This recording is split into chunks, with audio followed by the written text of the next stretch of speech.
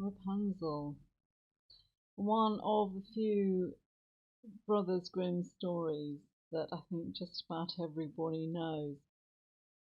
And it is strange, and I think psychologists can have a field day working out the symbolism of this one.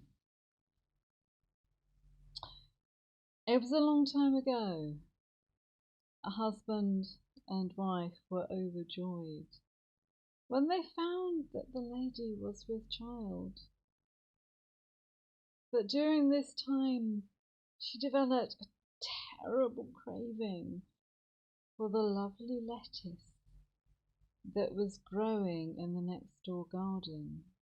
And she looked over the wall at the lovely lettuce and thought, I must have some of that lovely lettuce. Apparently, there is a type of lettuce called Rapunzel. And her husband, who of course doted on his wife, climbed over the wall, even though he knew that this was very dangerous because the next door garden belonged to an enchantress, a sorceress. And the second night, when he climbed over the wall to steal the Rapunzel, the enchantress found him and caught him and threatened to do all sorts of terrible things to him, but said that he could take as much of the lettuce as he wished, but in exchange he must promise the child when it was born. So in due course this was done. And the enchantress looked after the baby girl as if she was her own. But when Rapunzel, for so she was called, reached a certain age, the enchantress locked her in a tall tower deep in the forest so that no one would find her. And she spent her days there alone and passed the time by singing. Now there was no door to the tower, there were no stairs going up. The only way that the enchantress could visit her foster daughter was by standing at the base of the tower and calling up, Rapunzel, Rapunzel, let down your hair. For Rapunzel had incredibly long, beautiful golden braids. And when she heard the enchantress calling, she would throw her braids down the tower, and her foster mother would climb up as if they were a rope. And one day, a young prince was riding his horse through the forest and heard the most beautiful singing that he had ever heard. And he followed the sound until he came to the tower and heard Rapunzel singing from the top of the tower. But as he could see no door and no way in, he simply rode away. But the next day he was drawn back, perhaps by the magic of her singing. And he hid himself in the trees until he heard the voice saying, Rapunzel, Rapunzel, let down your hair. And he saw the enchantress, who by this time, of course, was somewhat advanced in years, climbing up the beautiful golden braids of his beloved Rapunzel.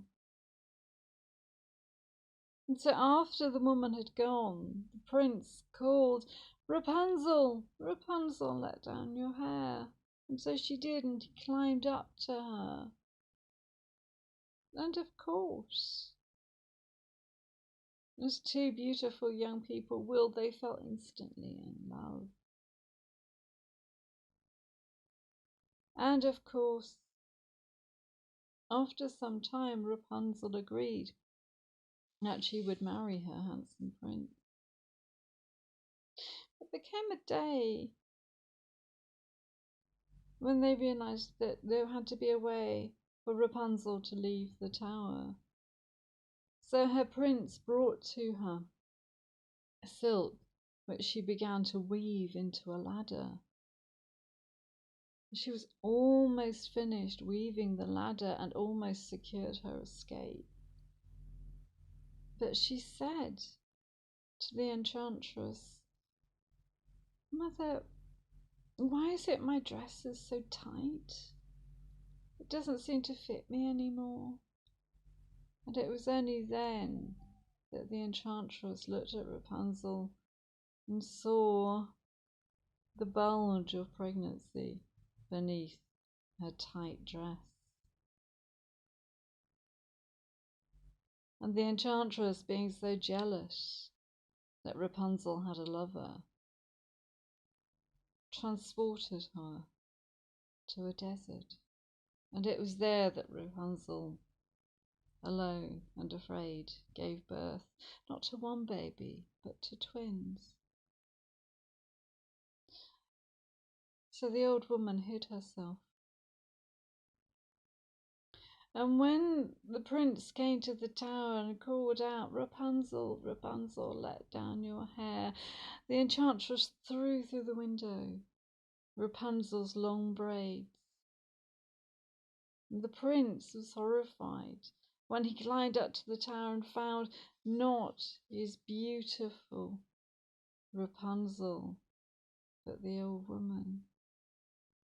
And when she told him that Rapunzel had been banished to the wilderness, the prince, in his despair, jumped out of the window, and the thorns at the base of the tower damaged his eyes so he could no longer see.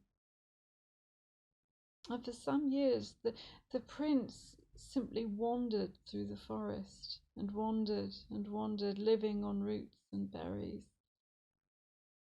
But as fate would have it, he came to the wilderness, where dwelt his beloved Rapunzel, and he heard her singing, and he followed the sound of her voice. He followed the sound of her beautiful magical song, and found not only his fair Rapunzel, but also his infant son and daughter. And Rapunzel wept to see her prince. And as she wept, her tears, because tears heal, her tears healed his eyes, and they became clear again, and he could see. So the prince and Rapunzel and the two children found their way back to the prince's kingdom. And I think that you can finish this story, because you know how this story ends. It ends with those wonderful magical words we all know so well. And they all lived, go on, happily ever after. As I hope shall all of you. And I hope to see you again soon.